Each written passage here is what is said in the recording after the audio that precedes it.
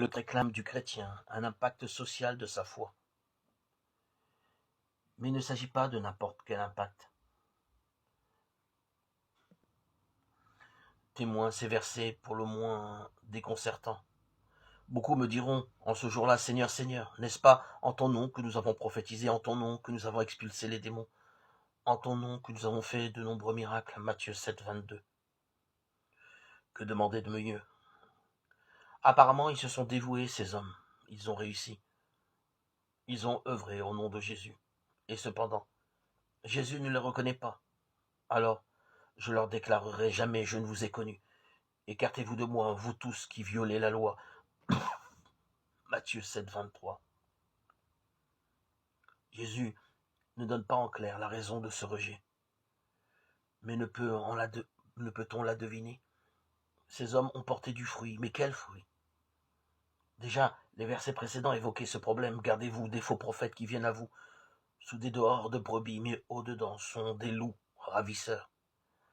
C'est à leurs fruits que vous les reconnaîtrez. Cueille-t-on des raisins sur les épines ou des figues sur les chardons? Matthieu 7, 15, 16.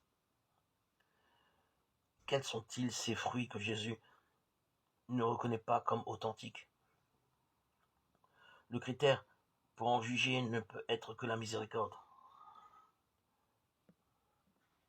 Il peut avoir des réalisations politiques, sociales, économiques, qui connaissent quelques succès sans pour autant comporter de miséricorde. Séduire les hommes de manière périphérique, se dévouer pour satisfaire un besoin affectif, œuvrer pour donner libre cours à un besoin d'action. Toutes ces motivations peuvent rendre un homme opérationnel et l'amener à des réalisations louables. Mais si ces motivations ne sont pas épurées, l'action ainsi réalisée est sans lendemain, parce que sans profondeur ne peut atteindre le cœur que ce qui vient du cœur.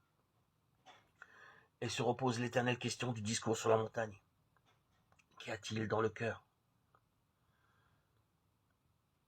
De la réponse à cette question dépend l'efficacité chrétienne et humaine de l'action. Ceux qui ne proposent qu'une paix d'apparence violent la loi, car la loi a miséricorde reçue et donnée, réconciliation fondamentale.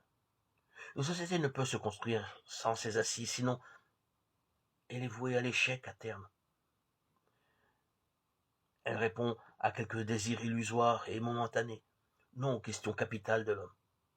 Ce sont de faux prophètes, ceux qui se contentent de replâtrer la vie de l'homme et celle de la société, et qui en tirent une notoriété personnelle.